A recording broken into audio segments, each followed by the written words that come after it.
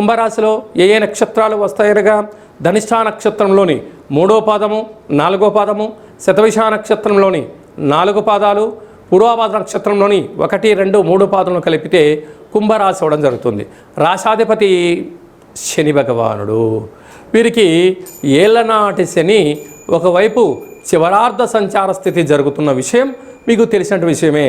రాశిలోనే రాహు సంచారం చేయడం వలన దయచేసి ఎవరిని పూర్తిగా నమ్మవద్దు, గుడ్డిగా ఏ పనులు చేయొద్దు.